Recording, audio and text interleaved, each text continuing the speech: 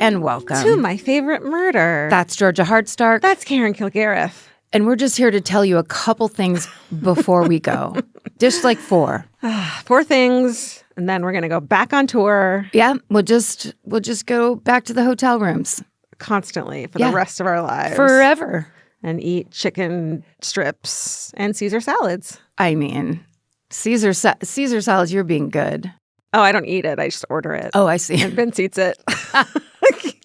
He gets that roughage? He does. He's so good at it. And I'm just like a child I just ate a fucking Uncrustable. Like, I eat like a toddler. I had my first Uncrustable in the Denver dressing room. Congratulations. Georgia came up and was holding Uncrustables like, would you like some of these? Because I asked for them in the dressing room because like the perfect snack. Yeah. And they gave me like 12 of them. So I was like, I'm going to share the wealth. Everyone gets an Uncrustable. It's so funny. They asked what I wanted in my dressing room. And I'm like, I don't know. And I said mozzarella sticks, but I meant string cheese. And it's the same thing. It was like everyone kind of pauses like, okay, I guess we'll get you hot mozzarella sticks. Yeah. Impossibly. String cheese is a good idea. Yeah. That was like, it's such a weird part of it that you're like, what do people fucking want in green rooms? I've never Coke. Cocaine. Always Coke. Cocaine. Cocaine and edamame. I asked for edamame as well. I was trying to do protein things, but again, it's absolutely performative. Yeah. Right. For exactly. Who? I'm not sure. But well, we're back, except we're not, because when this comes out, we're in Austin. Yes, that's right. Night 2 in Austin. Which I am very excited about. I think I'm going to wear cowboy boots to the show. Yeah.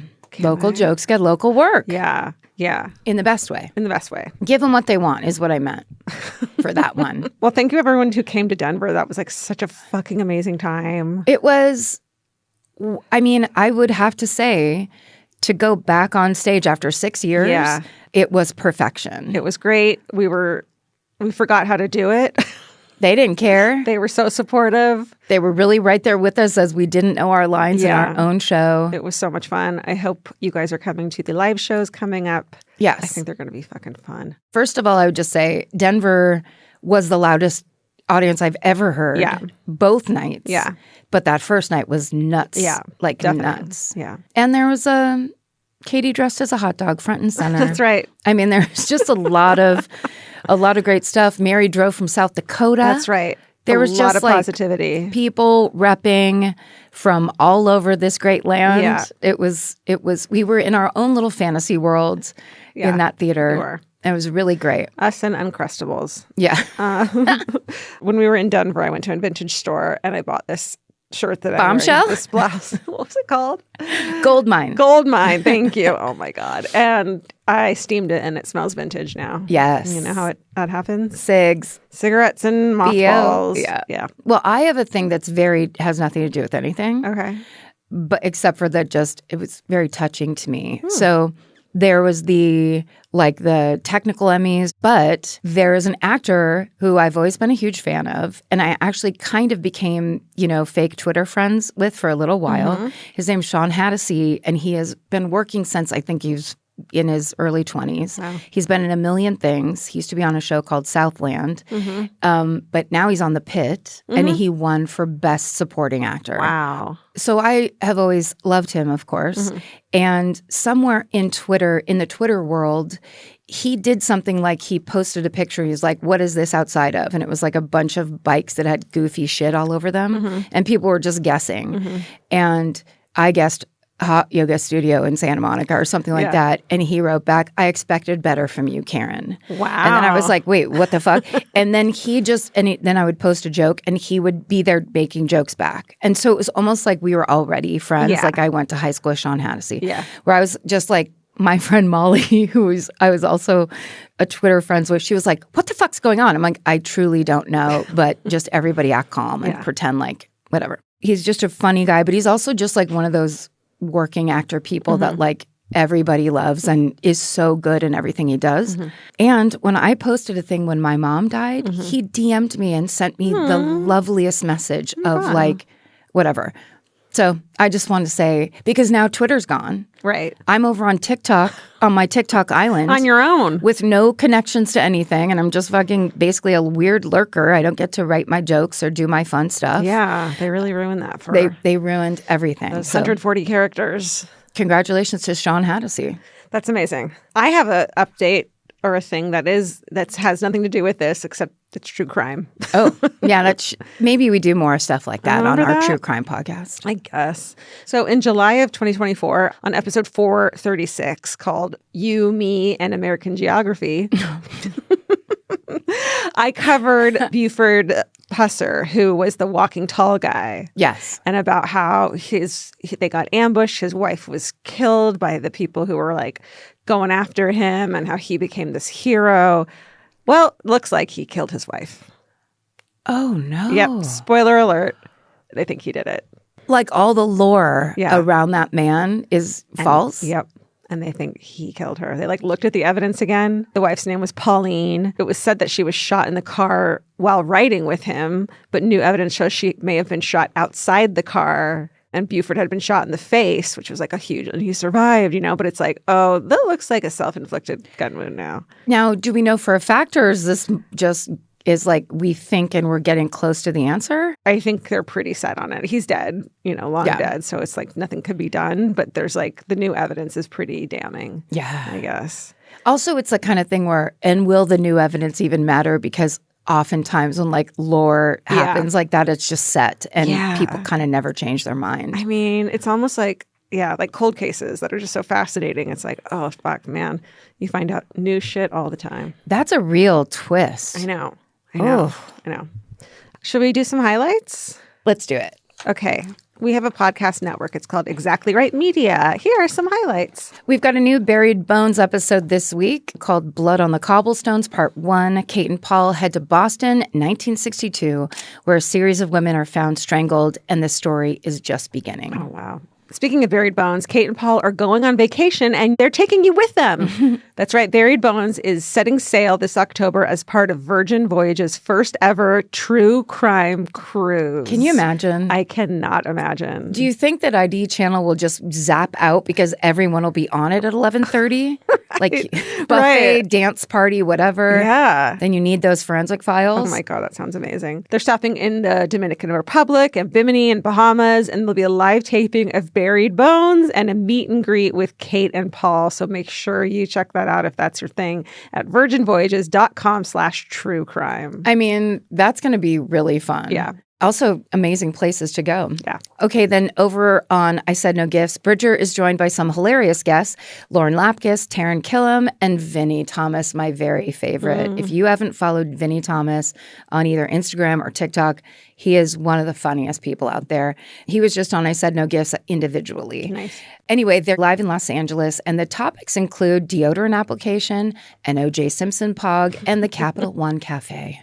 And then over on our newest podcast, Trust Me, Lola and Megan are joined by journalist Jane Borden. Oh my God, good friend of the podcast. Friend of the pod. Author of the book Cults Like Us that I've mentioned here before. It's so freaking good. She talks about how cult thinking is baked into American life, from doomsday myths to self-help empires, and why we're all more susceptible than we think. Fascinating stuff. Yeah, it's very cool. Finally, over on That's Messed Up, Kara and Lisa covered the SVU episode Dare, which is the tragic story of actress Isabella Grasso, and discussed the gruesome case of Dr. Michael Mastro Marino.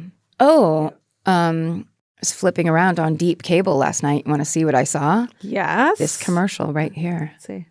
Hi, it's Nicole from the merch department. I've just returned from a very dangerous excavation. We found artifacts, ancient, powerful, possibly cursed. It's the OG Stay Sexy tee, dug up from the year 2017, designed by Kat Solon, preserved by time, now reissued in a unisex fit. Some say these belong in a museum. We say they belong on your body. Available now at exactlyrightstore.com. Get yours before they go extinct. Oh, Nicole. Nicole, what a treasure. Another great ad from She is Nicole. Such a treasure. And she's actually at all our live shows. If you're That's a right. huge Nicole head, then you got to come to the live shows because she sells the merch. That's right. She's at our merch booth fucking taking over. Yeah. All right. Well, I'm solo today. Yes, it's your day. It's my day. It's also 9/11 when this comes out.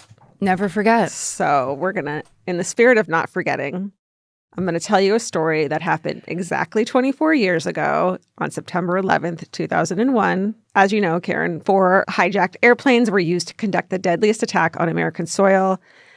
What boggles my mind is that there are people who listen to this podcast who weren't even born yet. Yeah. And who are adults. Yeah. It's fucking crazy. I know. Like the trauma that we collectively still have from that day, and people hadn't been born yet. I can't even imagine. The weirdest thing, and I feel like we've talked about this, but I remember like 3 days later, me and my friends went to the beach and we were in the water, out in Santa Monica, and a plane came to land and we all just froze in the water. Yeah. Everybody at the beach was like, what's going to happen right now? And it's like the plane just landed normal. Constantly. But it was a complete paradigm shift, obviously. Yeah, totally. It changed the way you saw the world completely. A week after the attacks, the famous journalist Hunter S. Thompson, who then had a column for ESPN's sports writing site, Page 2, wrote, quote, "The 22 babies born in New York City while the World Trade Center burned will never know what they missed. The last half of the 20th century will seem like a wild party for rich kids compared to what's coming now. The party's over, folks." End quote. And he was correct. Dang. Hunter S. Thompson knew it. Can you imagine going into labor when that's happening and you have to go to the hospital? I mean, in New York. And it's basically like now we're all in a disaster movie. Right. That no one has even ever imagined. No, it's like the series finale of some fucking hospital movie that is just awful. So crazy. I had friends that had to run. They lived down near Wall Street and they had to run out of their apartment with no shoes on and just to get away from the building. Jesus Christ. So nuts. The shockwaves from that day have reshaped our country and our world, and we're still living with the consequences. But today's story is about some of the people who, in the moment, decided to sacrifice themselves to ensure that as little harm as possible would come to their fellow Americans. Oh. This is the story of the passengers and crew of United 93, the only hijacked plane that did not hit its intended target. Holy shit. I know. Great idea. Right? Yes. Thank you to Allie and Molly for suggesting this. I've been waiting to do this. It's and today of all fucking days. Yeah, really. Along the way, we'll talk about some of the other people on board the other planes who sounded the alarm and relayed as much information as possible over the phone. It's because of these phone calls that we have any information about what happened on those planes. So I also want to talk about how their cell phones were in their infancy. Yes. Everyone maybe had a cell phone. There was no texting, though. There was no sending photos. If you were on an airplane, you couldn't make a call most of the time. Yeah, probably not. There was texting, but it was that you had to press the little number a certain amount of times for the certain letter. Oh, I was so good at that. It was so exhausting. Oh my God, it was exhausting. It was ridiculous. People would not understand today. Also, it's so expensive. So expensive, yeah. I'm sure, calling from an airplane. Can you, yeah. So the main sources I used for the story were an article in The New Yorker by Paige Williams, a segment from 60 Minutes, and the 9/11 Commission report, and the rest of the sources can be found in the show notes. So we're going to start in Oak Brook, Illinois, a Chicago suburb, and we're at the customer service call center for Verizon's Airphone service. Remember, they had phones on the back of the seats? With that, with the wire that came out. Mm-hmm. You'd press this button and a phone would pop out of the back of the seat in front of you on an airplane. And it was $10 a minute, yeah, wasn't it was so expensive. It was so expensive. Nobody used them. They were for show, it felt like. Well, a woman named Lisa Jefferson is a supervisor at this call center. She spent the morning working in her office, and sometime after 8 a.m. Central Time, a coworker asked if she's heard that 2 planes have crashed into the World Trade Center buildings in New York. Lisa hadn't heard yet, and at about 8:45 a.m., she steps out of her office to find out more, and she's only taken a few steps when one of the call center reps she supervises flags her down. She says she's on the phone with a man who is on another plane that has been hijacked. Lisa has the representative get some more information for her to relay to her supervisors, and by the time Lisa has done this and returns, she can tell that the representative is having trouble handling the information she's hearing. Obviously, she's panicking. Yeah. Lisa has to lift her physically out of the chair and sit her down next to her so she can get on the call. Because this woman is just frozen in freaking fear. out. Yeah. She puts on the headset and starts talking to, quote, a soft-spoken, calm man, as she puts it. He introduces himself as Todd. Todd Beamer is 32 years old, and he's from Cranberry, New Jersey. He has 2 little boys, David, who's 3, and Drew, who is 1, and 1 more baby on the way. His wife, coincidentally, is also named Lisa. Todd works as a software salesman for the software company Oracle. He had flown out of Newark that morning to attend a meeting in San Francisco, and he was just going to take the meeting and come right back home to be with his family. He was supposed to have gone the day before, which is like fucking always, right? Yeah. But he and Lisa had just gotten back from a trip to Italy, and he wanted to spend that night with his kids. So he took the flight the next day. So he rushed home. Yeah. So Todd is a baseball fanatic. He can't wait to start his kids in the sport. He's already assembled a full catcher's uniform for his 3-year-old, right? Like, I could see Vince doing that. Everything except the mitt. And that's because Lisa, the wife, had put her foot down about this. She's like, he's 3 years old. He doesn't need the whole thing yet. Like, let's wait on the mitt. You know, they're expensive. Yeah. It's sometimes reported that Todd was trying to call his wife initially, but the call wouldn't connect, and that he called the Airphone's customer service desk instead. But according to Lisa Beamer, the wife, and Lisa Jefferson, Todd didn't try to call his wife. He knew she was home with their 2 very young children, and she was pregnant, and Todd did not want to upset his family and freak her out. Because it was 2001, which is ancient. There's no transcript of Lisa Jefferson's call with Todd. Yeah. It was not recorded. Lisa took some notes on a Post-it, and those were what was handed over to the FBI.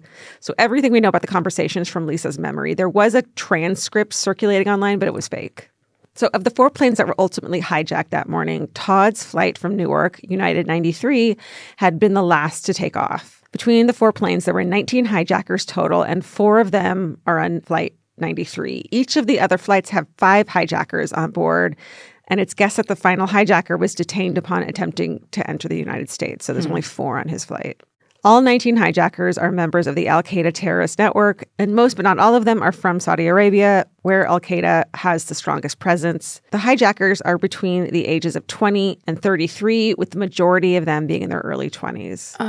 I know, the whole thing. Just like watching radicalization. Yeah. And that's what we're doing in this country now. But it's just like that thing of there is no end. There, you know, it's the one end, actually. Sorry. It's a zero-sum game. Like, it's just so sad. And then the idea that something has gotten into their head to the degree where they're like, yep, I'm going to die for this belief. Yeah. And I'm going to kill a bunch of other people for this belief. Yeah. It's a horrible thing. Yeah. So some of the hijackers had been in America for years and have attended American flight schools.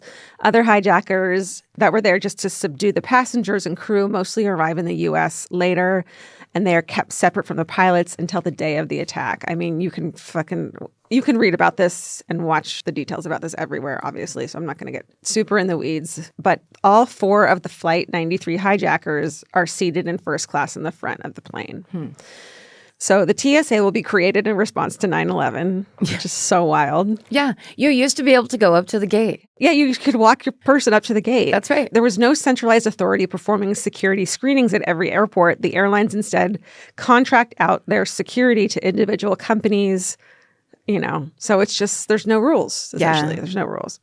Surveillance footage from these checkpoints show that several of the hijackers set off the metal detectors, and then they get checked with a wand that morning. In the footage, one of them appears to have something clipped to his back pocket, but he's allowed through the checkpoint without it being examined. And it will turn out that most of the hijackers were able to get knives or box cutters on board, which is why you have to take your shoes off now. I mean, yeah, that's not, well. You absolutely could have a box cutter in those Dr. Scholl's. I mean, it doesn't make sense anymore. I know.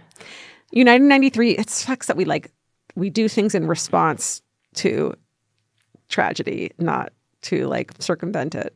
Yes, there's no one sitting down and preventatively. Yeah. Maybe they are, but yeah. I just watched a woman do this TikTok where she's like, so you're telling me that my pet has to stay in quarantine till his vaccines come all the way through, but there's not going to be any vaccines for children. Right. And it's just like, oh my God, like that's the mentality of things where you're just like, how are we? There's not overriding logic. No, it's fucking mayhem. Yeah. Now. Yeah. It's total mayhem. Okay, so United 93 boards around 8 a.m. Eastern Time. There are 33 passengers who range in age from 20 to 79. They're from all over the country, Minnesota, California, Florida, some even from overseas in Germany and Japan. It's believed that the first hijacking on the first plane, American Airlines 11, begins around 8:14 in the morning, shortly after that flight took off out of Boston's Logan Airport. This is when communications between air traffic control and the pilots started going unanswered. So that's how they know something had started. There were 7 crew members aboard that day, and 2 heroic flight attendants on that flight are able to separately contact American Airlines to sound the alarm that something had happened. At 8:19 a.m., Betty Ann Ong calls the American Airlines reservations desk from the jump seat in coach and informs them that she believes the flight has been hijacked. So that's the first they hear about it. Wow. She says that 2 first-class flight attendants have been stabbed and that she believes that the hijackers have taken over the cockpit. She says people are having trouble breathing and that she thinks the hijackers sprayed mace up in first class. Oh, my God. I never heard any of that. Yeah, me neither.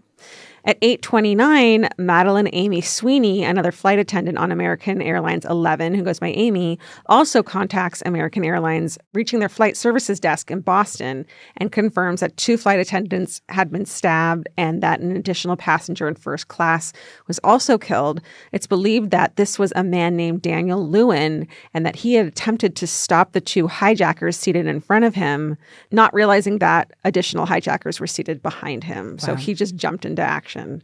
Wow. Yeah. American Airlines personnel reached the air traffic control tower in Boston, which is already aware that there's a situation on Flight 11 because of the dropout in communication, but also because one of the American Airlines 11 hijackers mistakenly radios them at 8:24 a.m. He says, quote, "We have some planes," end quote, and tells the passengers to sit down. It seems like he thought he was using the plane's PA system, but instead had broadcast that out to pilots and air traffic controllers. So you're just fucking flying your plane and you hear that. Terrifying. Wow. Yeah. Both Betty and Amy remain on the line with American Airlines personnel, calmly relaying information. At 8:46 a.m., Amy said she can see water and buildings and that the plane is flying way too low.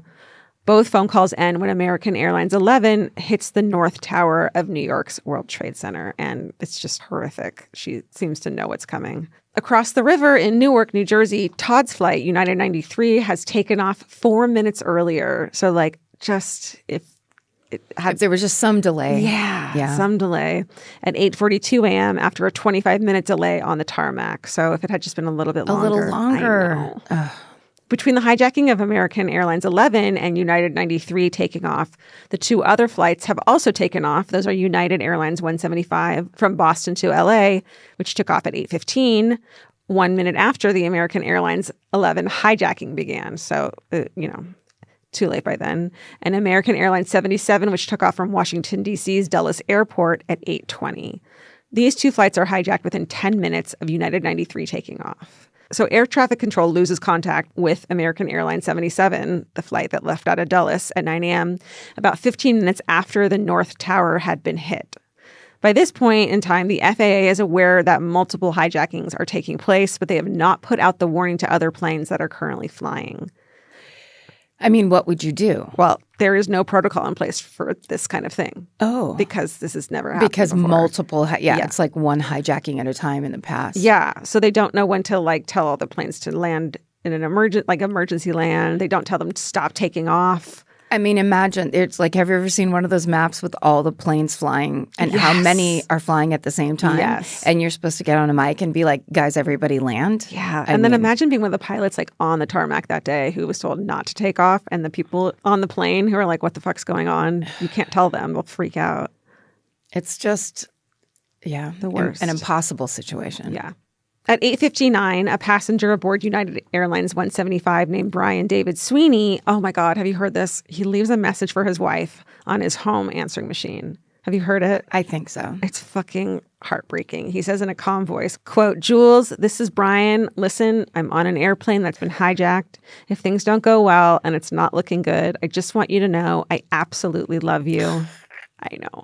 I want you to do good, go have good times. Same to my parents and everybody. And I just totally love you. And I'll see you when you get there. I know. And it's like his voice is like kind of calm, but you can tell it's like resigned. It sounds resigned too. And he's just like, I just need you to know this. Yeah. Which is a beautiful thing. I know. And saying, I want you to do good and go have good times, knowing like, yeah, she's about to lose everything. What a loss of a man that would place that call. Totally. God totally. damn. I know. So 5 minutes later, that flight strikes the South Tower of the World Trade Center. The attacks in New York ultimately killed 2,753 people. So at this point, back on United 93, they've been in the air for about 20 minutes when that happens. And in the beginning, the first tower, we like weren't sure what it was. Yeah. Even the second tower, that's when you started to hear about like the word terrorist attack. Like, but it was slow. It was, I mean, the news, and I was with my grandma, I was living at her house at the time. The news came in so slowly, and it came in as the newscasters were learning it as well. Like, fucking no one knew anything. And then suddenly there's another plane that had been hijacked and another plane. And like, it was just it was a pandemonium. Yeah, it's like started surreal. Yeah. Then got weirder. I've told you this already, but my sister called me and I didn't get up because it was like really early, and she kept calling. And when I finally picked up, she said they attacked the White House, which I thought she meant aliens. So it was just this like, what? Yeah. And I turned on the TV, but then it was this like, when the first plane went, you were like, oh, what a terrible accident. Yeah, my grandma came and woke me up. You know, my 100-year-old grandma she woke me up in a really nervous, weird way that was like, after the first plane had hit, and she was like, I don't want to be alone anymore. And came and woke me up. I was like a fucking 20-year-old brat, you know, like, and we watched it together. I know. Okay. So the pilots on Flight 93 are named Jason Dahl and Leroy Homer, and they've already heard the mistaken transmission go out from one of the hijackers. When at 9:23 a.m., a United Airlines dispatcher named Ed Bollinger lets them know about the other hijackings, sending written transmission, quote, beware any cockpit intrusion, 2 aircraft hit World Trade Center, end quote. So they're fucking midair and they get that fucking message. I mean. And there's a movie called United 93 that seems to like be pretty close to the actual events. Yeah. Which is terrifying and really hard to watch. But I remember when that movie came out, and I was just like, who has the kind of weekend where they feel like they have the capacity to take that in? Right. Well, I just watched the last scene that I'm going to tell you about, and it was brutal. Yeah. A few minutes later, air traffic control sees that plane loses 700 feet of altitude out of nowhere, and the pilots issue a mayday call. This message is received by an air traffic control tower in Cleveland. The plane levels off, and 30 seconds later, the Cleveland air traffic controllers hear the sound of a struggle, and First Officer Leroy Homer saying, quote, get out of here, end quote. So obviously that's when they breach the cockpit, it seems like. And also, like, there wasn't the security with the cockpits that there is now. Like they block the aisle when the pilot has to come out to go to the bathroom. Yes. It's like this whole protocol. It was not like that then at all. Not at all. Like they'd leave the door open sometimes. The last flight I was on, I think on the way to Denver, the pilot came out a bunch. Yeah. They kept being like, oh, no, you can't be up here or whatever. And I was just like, I've never seen pilots walk around this much. It's very weird. Yeah. I would have been like, oh, no, what's happening? Like, just like Charlie Horse. It's okay. Charlie Horse. Okay. Meanwhile, at 9:37, American Airlines 77 hits the Pentagon in Washington, D.C. All passengers and crew on board are killed, as are 125 people in the building. 2 minutes after this, Cleveland's air traffic controllers hear a message from the hijackers that are on United 93, which had been intended for the passengers again, but again was broadcast on the wrong channel. In it, the hijacker falsely claims there's a bomb on board. So it seems like that's how they subdued people, as saying there was a bomb, and told everyone to remain in their seats. The hijackers engage the plane's autopilot, and the plane turns, heading southeast towards Washington, D.C., right? Then they turn off the plane's transponder, making it more difficult to track, which shouldn't be a thing you can turn off probably, right? They can't do that anymore, can they? Who knows? With these transponders these days. Truly. The hijackers on the previous 3 planes had done the same thing, and it's believed that the intended target of this plane is either the White House or the Capitol building. Yeah. The hijackers split up the passengers, sending most to the back of the plane and some to first class. And we know this because the passengers and crew in the back of the plane start making phone calls, including Todd. Mm-hmm. Todd uses the airphone and wound up talking to Lisa Jefferson at the Verizon call center, as I told you in the beginning of this. Again, we don't have the transcript, but Lisa says that she does not tell Todd about the attacks on the World Trade Center and the Pentagon, not wanting to freak him out. But there are at least 10 passengers on the phone at the same time as Todd. And so the people on Flight 93 do learn about the other attacks. So, like, it's not an isolated incident, and this is a suicide mission. Like, finding that out. Horrifying. Yeah. Yeah. They also felt themselves change direction, so they are aware that they are now flying back to the East Coast, which is bad news. Yeah. At multiple points throughout her conversation with Todd, Lisa offers to connect him with his wife, but he tells her that he doesn't want to scare her and the children. Yeah. It seems from Lisa's end of the conversation then that a decision is made pretty quickly. In less than a 10-minute time frame, it seems like all those passengers back there decide to retake the plane, which is like fucking bananas. I know. How? Who did it first? I don't know. Like, yeah, this like collective, like, we can't just stand here. Yes. And these things already, like, it's almost better that they knew what had already happened, because otherwise maybe they thought everything would be fine. They were just hijacking a plane. It wasn't a suicide mission, but they found out. Yes. And they're like, we got to do something. Yes. It's so incredible. If you're up against it, got to do something. Yeah, like, we outnumber them. I mean, and they thought they had a bomb. It's like, but fuck it. Yeah. We have to do something. I mean, it's unbelievable. So the widow of one of the other passengers says that her husband, while he's on the phone with her then, tells her that a group is planning to fight and that they're waiting until they are above a rural area with no houses because they are aware that crashing the plane will be the likely outcome. They fucking know the plane is going to crash and they're going to die. Let's do this somewhere where it will take as few,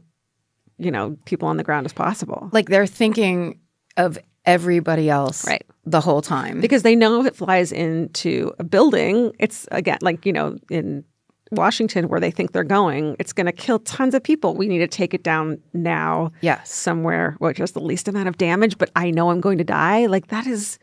I mean, like, that they're not just sitting there frozen, crying. Like the person rightfully was, like, freaking out. Yeah. It's like they're the ones taking action, and they're in the eye of the storm. Totally. So at 9:57 a.m., everyone who is on the phone with loved ones say that they have to go. Everyone gets off the phone. Oh. One caller who's not named in the reporting says, quote, "Everyone is running up to first class. I've got to go. Bye," end quote. Just like they decided. Todd asks Lisa to recite the Lord's Prayer with him, and he asks her to tell his family that he loves them, and then asks her to relay a private message to his wife, which Lisa Jefferson has never shared, which is like, oh. Then Lisa hears Todd ask the other people around him, quote, "Are you ready?" End quote. She hears them say yes. Todd's the leader. It seems like Todd is part of the people who are like leading this.